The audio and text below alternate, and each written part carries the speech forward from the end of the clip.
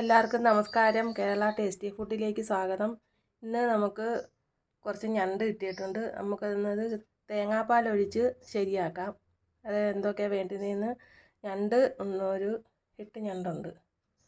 പിന്നെ ഒരു 2 സവാള അരിഞ്ഞതും 2 തക്കാളി, ഇഞ്ചിയും വെളുത്തുള്ളിയും അരിഞ്ഞതും, പിന്നെ തേങ്ങാപ്പാൽ. അത് ഒരു മുറി തേങ്ങയുടെ കട്ടിക്കൊരു പാലെടുത്തേത്.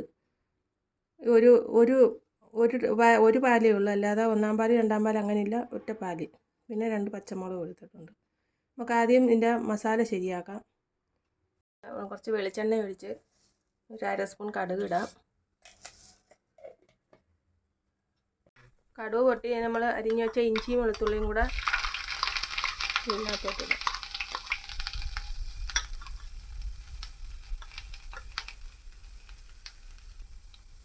രണ്ട് വറ്റൽമുളക് ഇട്ട്, കരിവേപ്പിലയും 2 പച്ചമുളക്, നമ്മൾ സവാള അരിഞ്ഞ് വെച്ച് ഇതിൻ്റെ കൂടെ ചേർക്കാം. ആവശ്യത്തിനുള്ള ഉപ്പും ഇതിൻ്റെ കൂടെ ചേർക്കാം.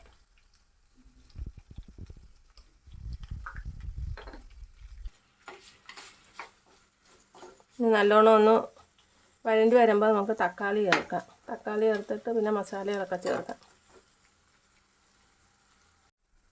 ഉള്ളി നല്ലോണം വഴറ്റിയെടുത്ത് ഇനി നമുക്ക് തക്കാളി ഇതിൻ്റെ കൂടെ ചേർക്കാം.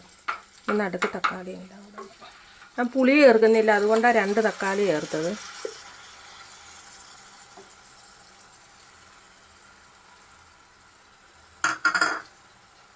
ഇനി നമുക്ക് ഇതിൻ്റെ കൂടെ മസാല എല്ലാം കൂടെ ചേർക്കാം.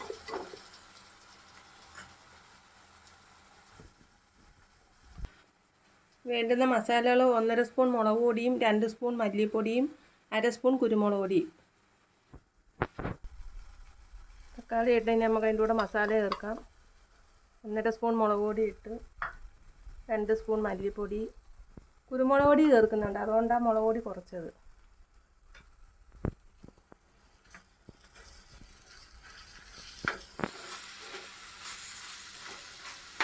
നമ്മൾ പച്ചമുളകും ഒക്കെ ചേർത്തിട്ടുണ്ട്.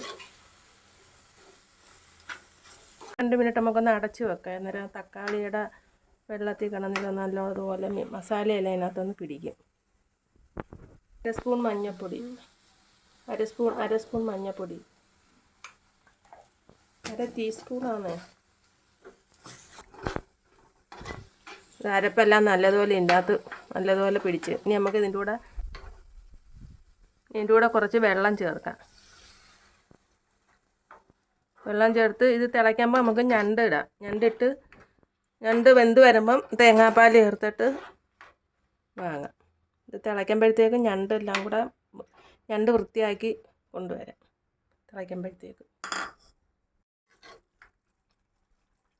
അരപ്പ് തിളച്ച് ഇനി നമുക്ക് ഇതിനകത്ത് ഞണ്ട് പറത്തിയിടാം. ഞണ്ട് വൃത്തിയാക്കി എടുത്ത്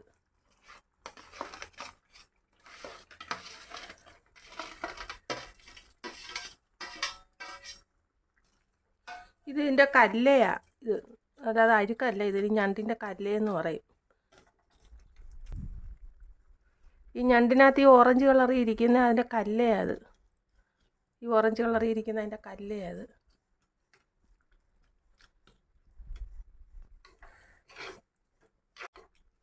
ഈ ഞണ്ട് ഇനി വെന്തതിന് ശേഷം, നല്ലോണം പറ്റിയതിന് ശേഷം നമുക്ക് തേങ്ങാപ്പാൽ ചേർക്കാം.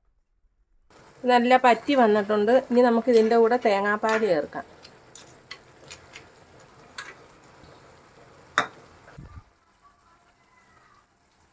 നമുക്ക് ഇതിൻ്റെ കൂടെ തേങ്ങാപ്പാൽ ചേർക്കാം.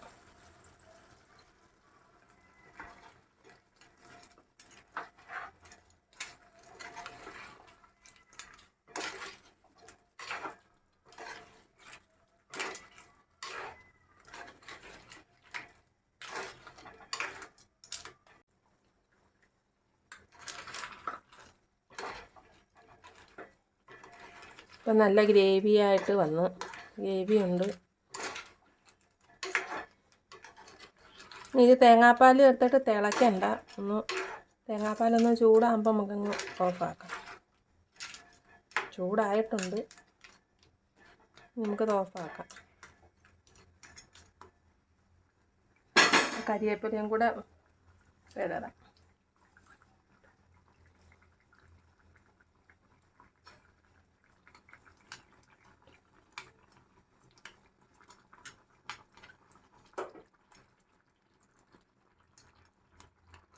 ഇങ്ങനെ ഞണ്ടുകറി റെഡിയായി.